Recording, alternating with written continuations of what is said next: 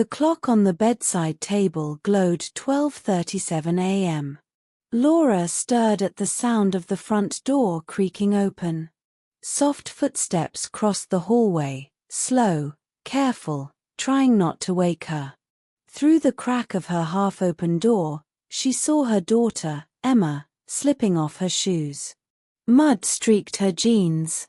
Her face looked pale, eyes wide like she'd seen something she shouldn't have. Laura stayed still, her breath shallow, pretending to sleep as Emma crept quietly to her room. A moment later, the faint click of a door, then silence. When morning came, sunlight poured into the kitchen. Emma was already there, eating cereal, humming softly, acting as if nothing had happened. Too calm. Too normal. Rough night? Laura asked casually. Emma just smiled. Just couldn't sleep. After she left for school, Laura opened her daughter's backpack to slip in her lunchbox. Something caught her eye, a folded photograph. It showed a man she didn't recognize, standing near a school building. On the back, written in small, hurried letters, "I'll tell you everything soon." Laura's fingers trembled. The house suddenly felt colder, as if the silence from last night had followed her into the morning. Laura couldn't shake the image from her mind, the man's serious eyes, the nervous half-smile frozen in the photograph. That afternoon, she met her friend Nora for coffee, hoping for some clarity. She slid the picture across the table. "Do you know him?" Nora's expression changed instantly. "Laura, that's Mr. Harris. He's a teacher from the local high school. He's been missing for a week, it's been all over the news." Laura's stomach dropped. "Missing?" Nora nodded. "Police still haven't found him. They think he vanished after leaving school last Friday." Laura drove home in a daze, the photo burning in her hand like proof of something she didn't want to believe. That night, as Emma sat at her desk doing homework, Laura stepped into her room. "Emma," she said quietly, "where did you get this picture?" Emma froze, her pencil mid-air. Her face drained of color. "I can't talk about it yet," she whispered. Laura's chest tightened. "You were out last night. Were you with him? Were you in the woods again?" Emma shook her head quickly, her voice trembling. "Please, Mom, just trust me. One more day. I'll explain everything." But as Laura left the room, she noticed dirt still clinging beneath her daughter's fingernails. Laura barely slept that night. Every time she closed her eyes, she saw that photograph and Emma's frightened face. By the next evening, her worry had become something sharper, something heavier. When she heard the back door creak open again, she didn't hesitate. Grabbing her coat, she slipped out quietly and followed her daughter into the night. The air was cold and damp, the moonlight weak beneath a ceiling of trees. Emma's small flashlight beam flickered through the darkness ahead. Laura stayed far enough behind to avoid being seen, her heart pounding with every step. After a few minutes, Emma stopped at a clearing near the old riverbank. There, a small mound of dirt caught the light. Emma knelt down, her lips moving in a whisper Laura couldn't make out. Then, slowly, she opened a small wooden box she carried and placed it gently into the soil. A twig cracked under Laura's foot, loud and sharp. Emma spun around, her eyes wide with fear. "Mom," she gasped, her voice shaking. Laura stepped out from behind the tree, her face pale. "Emma, what are you doing out here?" Emma's voice broke into a whisper, trembling and desperate.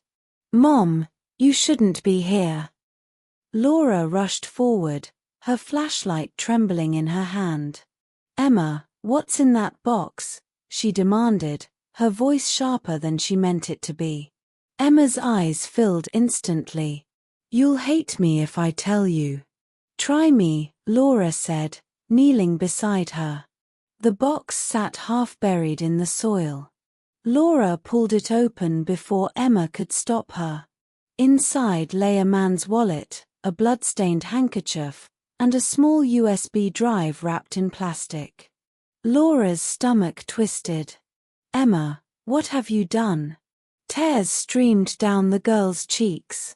"It's not what you think, Mom." "Then tell me." Emma pressed her hands against her face, shaking. "I didn't hurt anyone.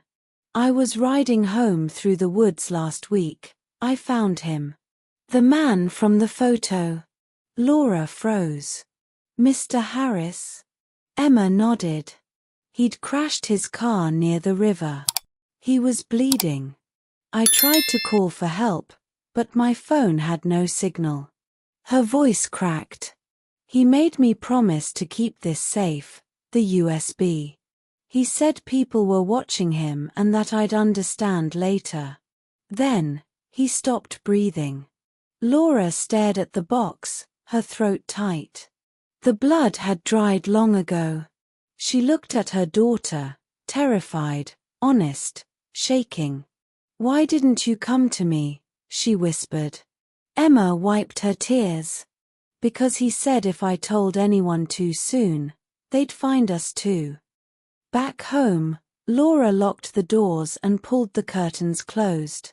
Emma sat beside her, pale and silent, while Laura plugged the USB into her laptop. A folder appeared instantly, dozens of files, labeled with dates and strange initials. She clicked the first one. Emails, scanned documents, and photographs filled the screen, payments, signed contracts, and names she recognized from the local school board. Laura scrolled faster, her heart thudding. "He found proof," she murmured. "Mr. Harris wasn't just a teacher, he uncovered something."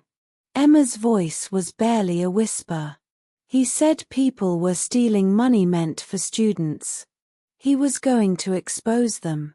Laura looked at her daughter, so young, yet carrying something so heavy. "You shouldn't have faced this alone," she said softly. Emma shook her head. "I didn't know who to trust.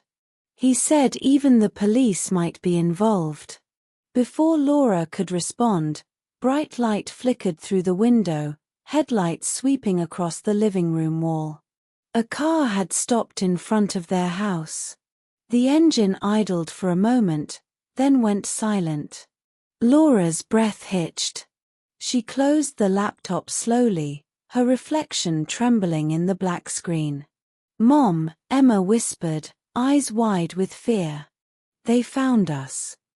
The sound came suddenly, 3 slow knocks, heavy enough to make the floor vibrate. Laura and Emma froze.